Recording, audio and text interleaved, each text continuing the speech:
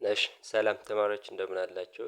ዛሬ ፓርት 3 ግሬድ 10 ሂስትሪ ቻፕተር 6 እና አቀርብላችኋለሁ። በጽሞና ተከታተሉኝ።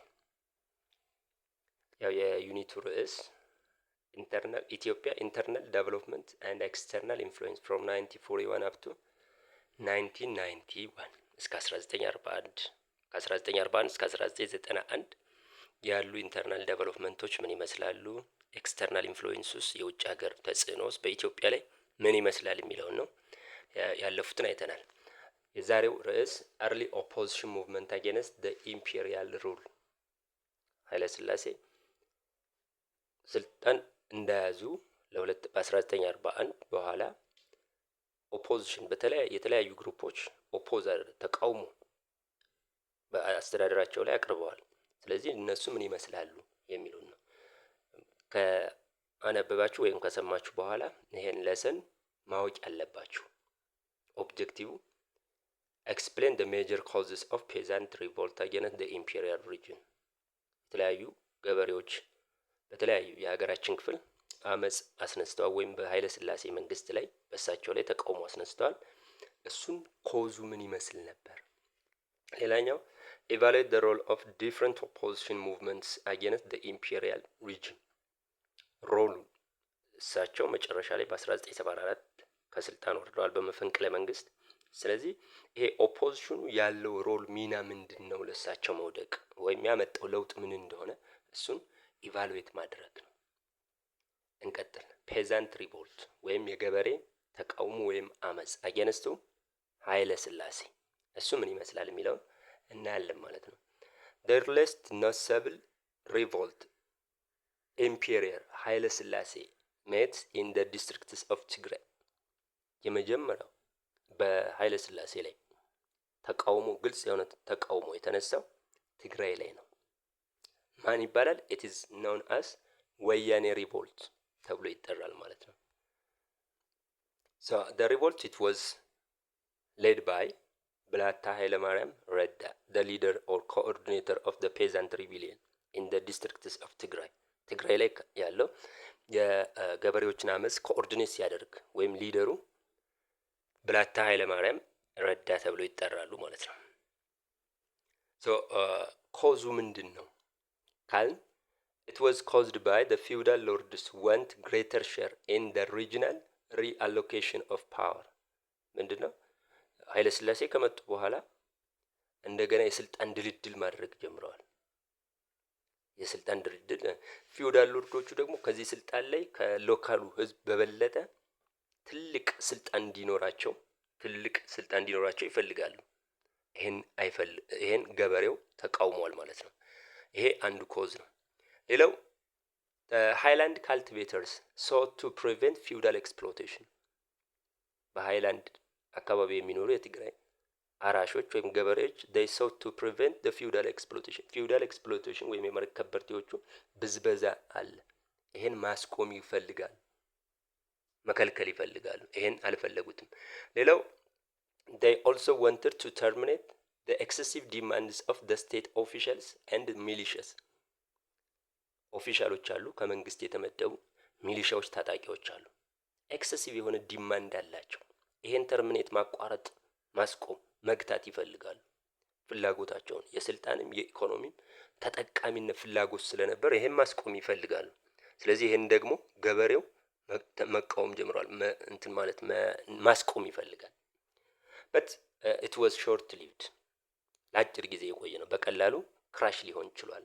it was finally crushed with the imperial forces in collaboration with the British Royal Air Force።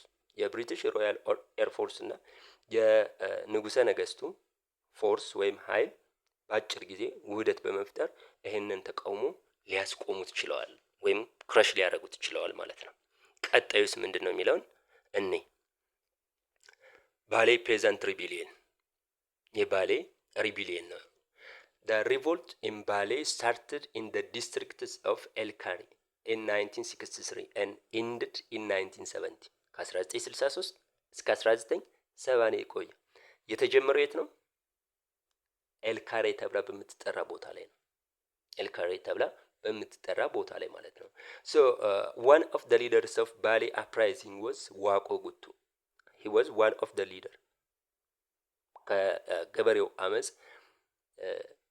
ሊደሮች መካከል አንዱና ታዋቂው ዋቆ ጉቱ ተብለው ይጠራሉ። ሌላው the causes following or the cause for the outbreak of this rebellion ወይም ለአመጹ ፋክተሮቹ ምንድናቸው? አንደኛው ላንድ አሊኔሽን የመሬትና ከመሬት ጋር የተያያዘ እሱ ነው። የመሬት ሜዠርመንት አለ፣ ሄቪ ታክሴሽን አለ፣ ከፍተኛ የሆነ ግብር ተጥሎባቸዋል፣ ይህን ይቃወማሉ። ሌላው የሪሊጂየስ ዲስክሪሚኔሽን አለ፣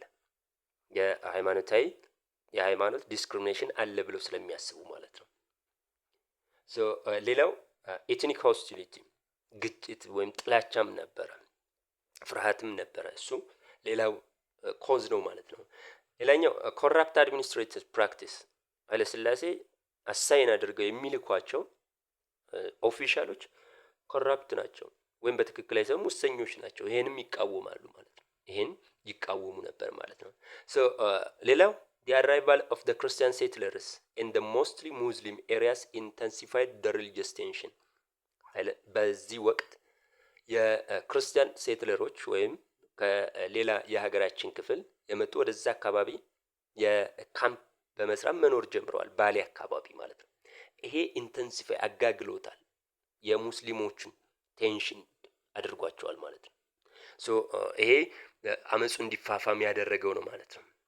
ሌላው the emerging republic of Somalia provided a crucial moral and material support to this campaign. የባሌው ከሌሎቹ የፔዘንት ሪቢሊየን የሚለየው it was supported by the governments of Somalia, the Republic of Somalia. ሶማሌ ደግሞ ምን ህልም ነበራት? ታላቋን ሶማሌ ኢስታብሊሽ እናደርጋለን የሚል። ስለዚህ በኢትዮጵያ የውስጥ ጉዳይ ላይ ጣልቃ ገብታ ነበር ማለት ነው። ሰፖርት ታደርጋለች የባሌን ፔዛንት ሪቢሊየነሮች ወይም የገበሬው አመጽ ትደግፍ ነበር፣ በሞራልም በማቴሪያል ሰፖርት በማድረግ ማለት ነው። ሌላው however the uprising was finally quelled after its popular leaders including ዋቆ ጉቱ surrendered in March 1970. ዋቆ ጉቱ one of the leaders of ባሌ ፔዛንት ሪቢሊየን ነው። እሱ ከተማረኩ በኋላ ምን ሊል ችሏል? ግጭቱ ወይም አመጹን ሊቆም ችሏል ማለት ነው። ሌላው the government he assigned General Jaga Makelo as a governor of ባሌ። ጃጋ ማኬሎ ተወዳጅነት የነበራቸው አርበኛ ናቸው። እሳቸውን አሳይን በማድረግ የባሌን ሪቢሊየን ኮንትሮል ማድረግ ችለዋል ንጉሱ ማለት ነው። ሌላስ የጎጃም ገበሬም በኃይለ ሥላሴ ላይ አመጽ ወይም ኦፖዚሽን አስነስቶ ነበር ማለት ነው። እሱን እናያለን። ኮዞቹ ምንድናቸው የሚለውን እናያለን። አንደኛው the ill treatment of patriots። ይህም ከሌላው ለየት ያደርጋል።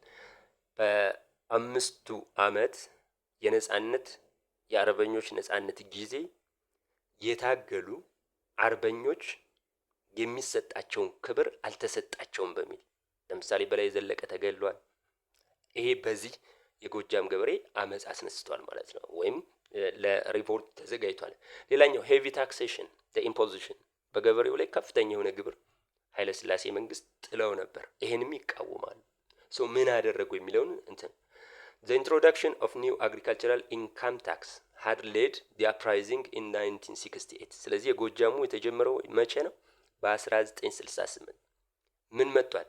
ኒው አግሪካልቸራል ኢንካም ታክስ፣ አዲስ እርሻ ኢንካም ወይም በእርሻ የሚያገኙትን ገቢ እሱን በተመለከተ አዲስ ግብር በገበሬው ላይ ተጥሏል ማለት ነው። ይሄን ተቃውሟል። ጎጃም the peasant refused to allow tax assessors to enter their land and resisted the government agents. የመንግስት ኤጀንቶች ወይም የመንግስት ራስ አስፈጻሚዎች አሉ፣ ታክስ አሰሰሮች ወይም ታክስ የሚሰበስቡና ታክስ አሳይን የሚያደርጉ የተምኑ አሉ። እነሱን ሪፊውዝ ወደ እንትናቸው እንዳይገቡ ወደ ኤሪያቸው እንዳይገቡ ሪዚስት አድርገዋል፣ ተቃውሟቸዋል ማለት ነው። ሌላው then they presented their petition to the state. ሐሳባቸውን በፒቲሽን ለመንግስት አቅርበዋል፣ ስሞታቸውን ለመንግስት አቅርበዋል ማለት ነው። in the absence of positive response from the state በት ነገሩ ካየነው የኃይለ ሥላሴ መንግስት ግን ፖዚቲቭ የሆነ ሪስፖንስ አልሰጠም ለገበሬው ጥያቄ ለጎጃም ገበሬ ጥያቄ ማለት ነው። so the peasants they defend the authority of the state and rebelled ዲፌንድ አድርገዋቸዋል እንዳይገቡ ፔዛንቶቹ ምክንያቱም ፖዚቲቭ ሪስፖንስ ስላላገኙ ማለት ነው።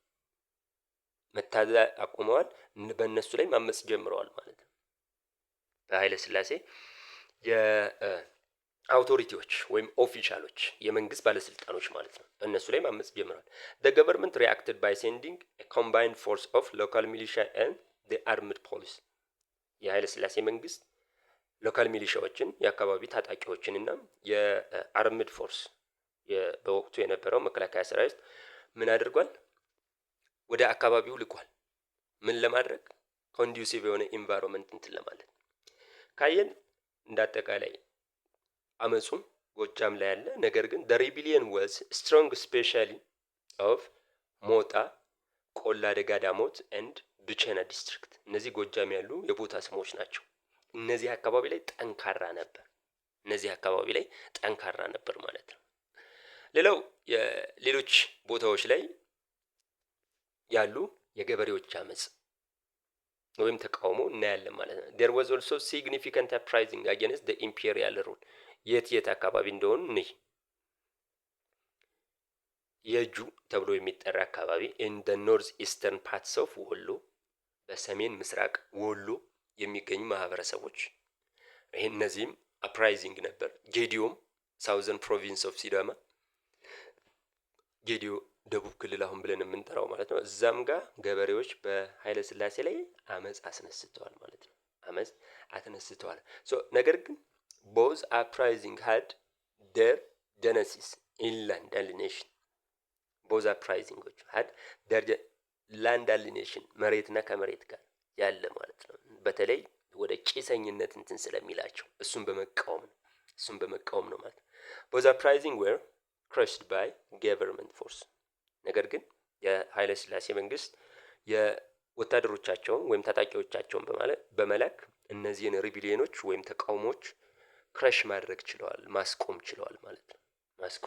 ሌላኛው በኃይለ ሥላሴ ላይ አመጽ ከተደረጉት መካከል የ1960 ኩፕ ነው። ኩፕ ማለት መፈንቅለ መንግስት የመጀመሪያው መፈንቅለ መንግስት የተካሄደበት ነው። so the most serious challenge was attempted to coup d'etat of 1916 the coup d'etat ወይም ኩፕ መፈንቅለ መንግስቱ most serious የመጀመሪያው serious የኃይለ ሥላሴ serious የሆነ ቻሌንጅ ወይም ተቃውሞ የመጣው ከ1960 ነው። ምን ተሞክሯል? መፈንቅለ መንግስት ያልተሳካ መፈንቅለ መንግስት ተካሂዷል ማለት ነው። the coup was organized by two brothers ሁለት ወንድማማቾች እንትን ያለ በመንግስቱ ንዋይና ግርማሚ ንዋይ ተብሎ በሚጠሩ ግለሰቦች ማለት ነው። so እነሱ መንግስቱ ካየነው he was the commander of the imperial bodyguard የኢምፔሪያል ቦዲጋርድ ወይ የቤተ መንግስት ጋርዶች የነሱ ኮማንደር አዛዥ ነው። አንደኛው መፈንቅለ መንግስት አድራጊ ማለት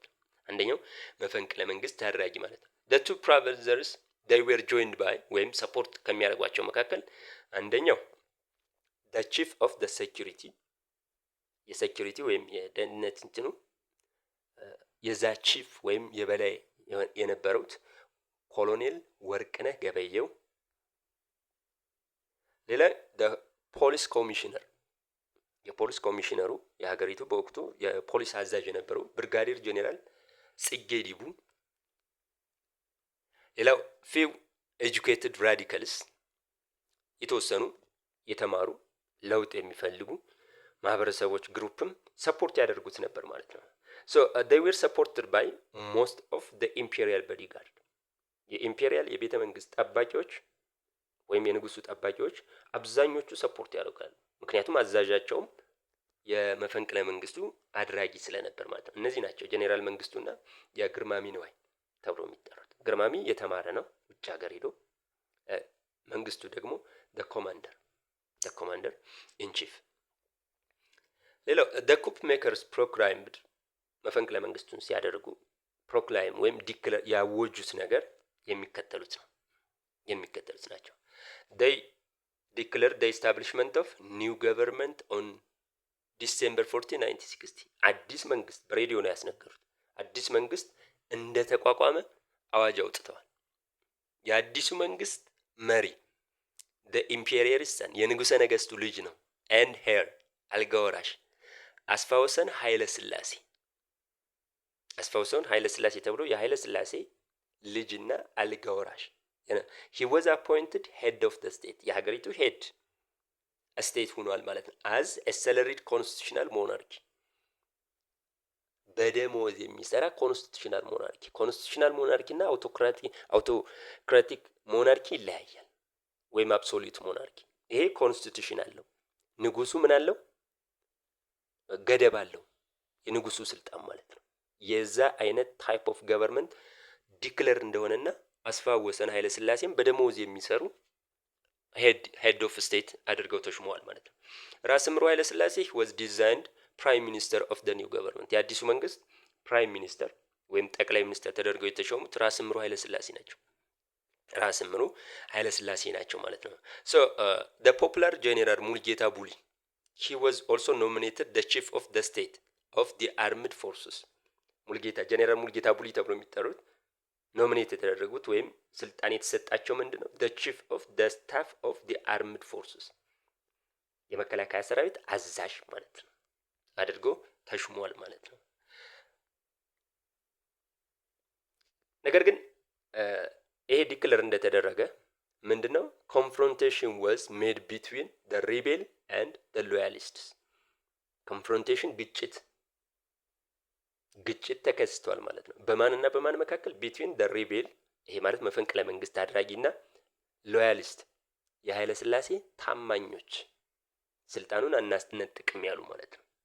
በእነሱ መካከል ኮንፍሮንቴሽን ግጭት ተነስቷል ማለት ነው። the emperor ንጉሠ ነገስቱ entered the city 2 days later aborting the coup d'etat ኩደታ ወይም መፈንቅለ መንግስቱ ኮንትሮል ከተደረገ ወይም ከተኮላሸ በኋላ ከሁለት ቀን በኋላ ነው ወደ ኢትዮጵያ የመጡ። ያንን ለስራ ጉብኝት ወደ ብራዚል ሄደው ነበር። ይህን ሲሰሙ ወደ ሀገሪቱ ከሁለት ቀን በኋላ ተመልሰዋል ማለት ነው። መፈንቅለ መንግስቱ በቁጥጥር ስር እንደዋለ ሶ በመፈንቅለ መንግስቱ ወቅት የተከሰቱ ክስተቶችን እናያለን።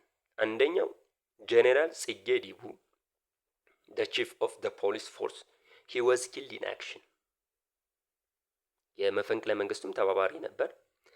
የፖሊስ ቺፍ አዛዥ የነበረ ነው። በወቅቱ በግጭቱ በኮንፍሮንቴሽኑ ወቅት ተገሏል። ግርማሚ and ኮሎኔል ወርቅነህ ገበየሁ they were committed to suicide ራሳቸውን አጥፍተዋል ማለት ነው። እነዚህ ሁለት ግለሰቦች። ሌሎችስ? መንግስቱ he was captured and was sentenced to death ተይዟል መንግስቱ ንዋይ። ስለዚህ ሞት ፍርድ ተፈርዶበት ተቀጥቷል ማለት ነው። so the main cause for the failure of the coup was አንደኛው ኩፑ ወይም መፈንቅለ መንግስቱ ያልተሳካበት ምክንያት lack of support from the army ከመከላከያ ሰራዊቱ ወይም ከሰራዊቱ ሰፖርት የለውም። ኢምፔሪያል ቦዲጋርድ ብቻ ናቸው። እነሱም የተወሰኑ አብዛኞቹ ቢሆንም የኃይለ ሥላሴ ደግሞ ታማኝ ነበሩ። ስለዚህ የእግረኛ ጦሩ አላገዘውም ነበር፣ ሰፖርት አልነበረውም። ሌላው ምክንያቱ they also lack proper organization well organized የሆነ የተጠናበት መፈንቅለ መንግስት አይደለም ማለት ነው። በእነዚህ ምክንያቶች ምን ብሏል? መፈንቅለ መንግስቱ ኮንትሮል ሊሆን ይችላል። ሌላኛው ተቃውሞ ደግሞ ወይም ኦፖዚሽን የኢትዮጵያን ስቱደንትስ ሙቭመንት ተማሪዎችም አምፀዋል። የነሱ ምን ይመስል እንደሆነ እናያለን ማለት ነው። እዚህ ጋር ለርኒንግ ኦብጀክቲቭ አለው ማለት ይሄን ከሰማችሁ በኋላ ማወቅ ያለባችሁ ሴንትራል explain the role of Ethiopian students in the struggle against the imperial regime የራሳቸው አስተዋጽኦ አላቸው እና መጨረሻ ላይ 1974 ላይ ኃይለ ሥላሴ እንዲወድቅ ሮል አላቸው። አዳክመዋል በተቃውሞ ማለት ነው። የነሱን እንትን ኤክስፕሌን ማድረግ ነው። አስተዋጽኦአቸውን ኤክስፕሌን ማድረግ ነው። ሌላኛው appreciate the students movement for equality ሙቭመንታቸው ኢኳሊቲ ለፍትህና ለዲሞክራሲ ነው። ይሄን አፕሪሺየት ማድረግ ነው። ፖዚቲቭ ጎኑን መቀበል ነው ማለት ነው። አፕሪሺየት ማድረግ ነው። So the Ethiopian students movement began following the expansion of the secondary and higher education in post-liberation Ethiopia.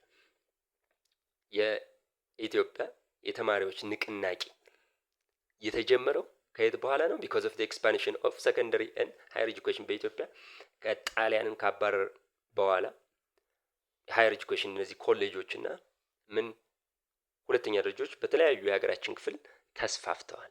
ይሄ ማለት ተማሪዎቹ ለውጭ ዓለም አክሰስ ይሆናሉ ማለት ነው። ኢዚ አክሰስ ያነባሉ፣ ስለ ዲሞክራሲም ሀሳቡ ይኖራቸዋል፣ ስለ ኢኳሊቲ ማለት ነው።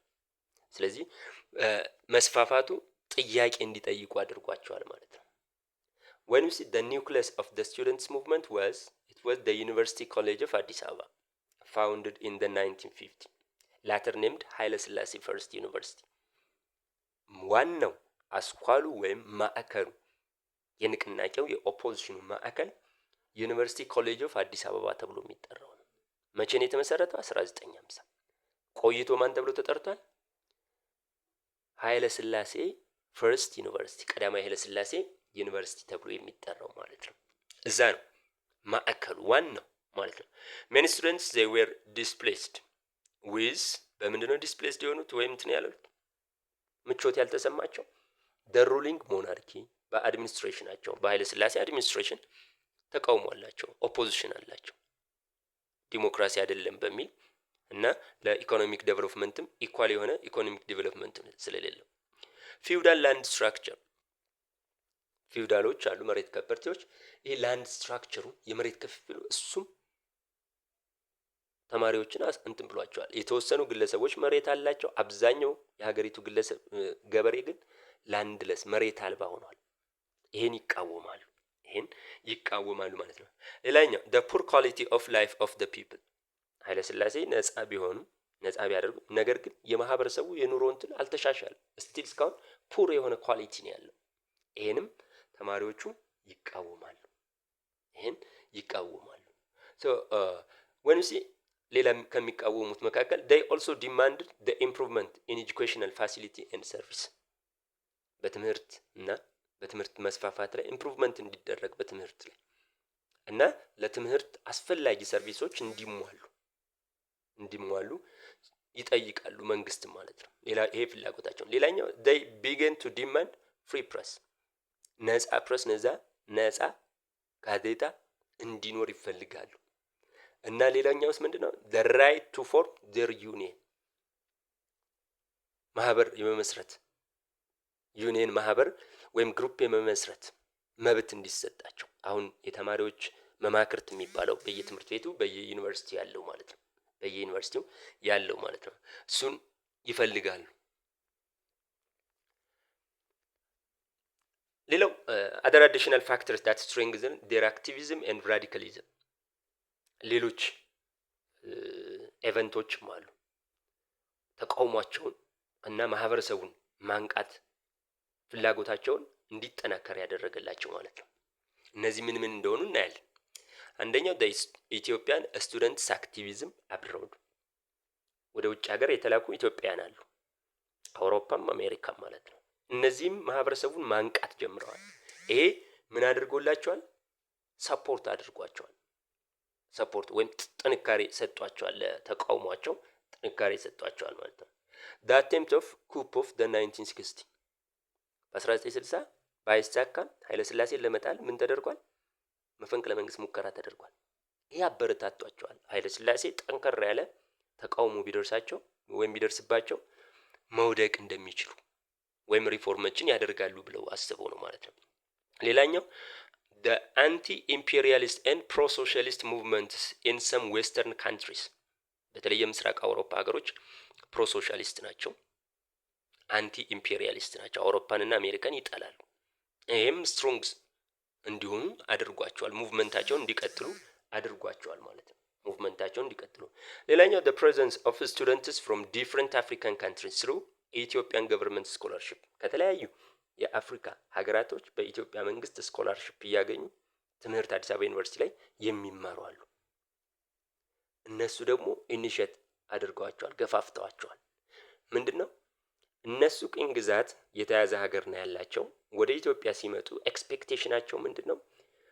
ኢንፍራስትራክቸሩ የተስተካከለ፣ ኑሯቸው የተሻለ፣ ዲሞክራሲ ያለባት ነው የሚመስል ኤክስፔክቴሽናቸው ነበር። ሲመጡ ግን ያገኙት ፑር የሆነ ላይፍ ስታንዳርድ፣ ዲሞክራሲ የሌለበት ነው። ስለዚህ ከኛ ሀገር ጋር ሲያነጻጽሩት፣ ነፃ ከነበረች ሀገር ጋር ሲያነጻጽሩት የነሱ የተሻለ ኢንስቲትዩሽኖች፣ የተሻሉ ኢንፍራስትራክቸሮች ኮሎኒያል ገቨርንመንቶች ሰርተውላቸዋል። እና ይሄን ኢንፎርሜሽን ሲሰሙ ተማሪዎች በኃይለ ሥላሴ ላይ አመጻቸውን መቀጣጠል ወይም ስትሮንግ እንዲሆን አድርጓል ማለት ነው። ሌላኛው the feudal land tenure system which was thought to have affected agricultural productivity። ይሄ ፊውዳሎች አሉ። ይሄ ላንድ ቴነር ወይም መሬት የስልጣን ዋናው እንትን ነው። መሬት ያከራዩዋቸዋል ለገበሬዎቹ። 2/3ኛውን ለመሬት ከበርቴው ገበሬው አርሶ እንትን ብሎ ምን ያደርጋል? 1/3ኛ ነው የሚወስደው። ይሄ ኢንከሬጅ አያደርግም። ምክንያቱም ዋናው የሚያርሰው ገበሬ ምን አያገኝም? ተጠቃሚ ስላልነበር። ስለዚህ አግሪካልቸራል ፕሮዳክቲቪቲውን ቀንሶታል። ሌላኛው the famous slogans of the students was የተቃውሟቸው ስሎጋን ወይም ሎጓቸው መሬት ላራሹ። ገበሬው ያርሳል፣ አብዛኛው ገበሬ። ተጠቃሚዎች ግን ምኖች ናቸው? ትንሽ ፊውዳሎች ናቸው፣ በየአካባቢው ያሉ ማለት ነው። ስለዚህ የሚያርሰው አካል መጠቀም አለበት ማለት ነው። መሬት ላራሹ፣ ላንድ ቱ ቲለር። ይሄ የስሎጋናቸው ሴንትራል ስሎጋንስ። ኢን አዲሽን the students were advocating Marxism, Leninism and the right and appropriate ideology የሶሻሊስት ናቸው። ሶሻሊስት አይዲዮሎጂ ለሀገሪቱ ሶሻሊዝም አፕሮፕሪየት የሆነ ወይም ተገቢ የሆነ የፖለቲካል አይዲዮሎጂ ነው ብለው ነው የሚያስቡት። ማርክሲዝም፣ ሌኒኒዝም ወይም ሶሻሊዝም ምንለው ነው። ማርክስ ማለት ሶሻሊዝምን የጀመረ ነው። ሌኒን ደግሞ የመጀመሪያውን ሶሻሊስት ስቴት ዩኤስኤስአርን የመሰረተ ነው። እና ሶሻሊዝም፣ ኮሚኒዝም፣ ማርክሲዝም፣ ሌኒኒዝም ይባላል ማለት ነው። ስለዚህ ሀገራችንም ላይ ያ አይዲዮሎጂ አፕሮፕሪየት ነው፣ ተገቢነት አለው ብለው ነው የሚያስቡት ማለት ነው። So December 28, 1968, the president of the Students' Union, named by ጥላሁን ግዛው ፕሬዚዳንታቸው የተማሪዎች ዩኒየን ህብረት ፕሬዚዳንት ነው ጥላሁን ግዛው ተብሎ የሚጠራው። he was shot while walking outside 6 ኪሎ ካምፓስ። ከ6 ኪሎ ካምፓስ ወጥቶ ወክ በሚያደርግበት መንገድ ላይ በመንግስት አካሎች ምን ተደርጓል? ተገሏል። የት አካባቢ? 6 ኪሎ አፍንጮ በር ተብሎ በሚጠራው ማለት ነው። ሴኩሪቲ ፖሊሶች ናቸው፣ የመንግስት ፖሊሶች ገለውት ሂደዋል። ይሄ ግን የተማሪዎችን ሙቭመንት ምን አላለም? አላስቀረው። ምን አድርጎታል? ጥላሁን ግዛው death was transformative event that pushed more radical students activists towards the revolution። ከሱ ሞት በኋላ ትግሉ እየተጠናከረ ቁጥራቸው እንትን እያለ በተጠናከረ ሁኔታ ተቃውሟቸውን እንዲቀጥሉ በመንግስት ላይ አድርጓቸዋል ማለት ነው።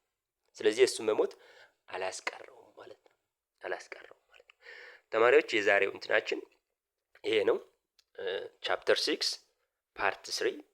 ስለዚህ ጥያቄ ወይም ኮሜንት ካለ ኮሜንት ማስቀመጫው ላይ ጻፉልኝ፣ ሪስፖንድ አደርጋለሁ። እንደዚህ አድርግልን በዚህ መልኩ የምትሉትም ነገር ካለ የሚቀርብላችሁን የምትመርጡት ርዕስም ካለ እሱን ፕሬዘንት አደርግላችኋለሁ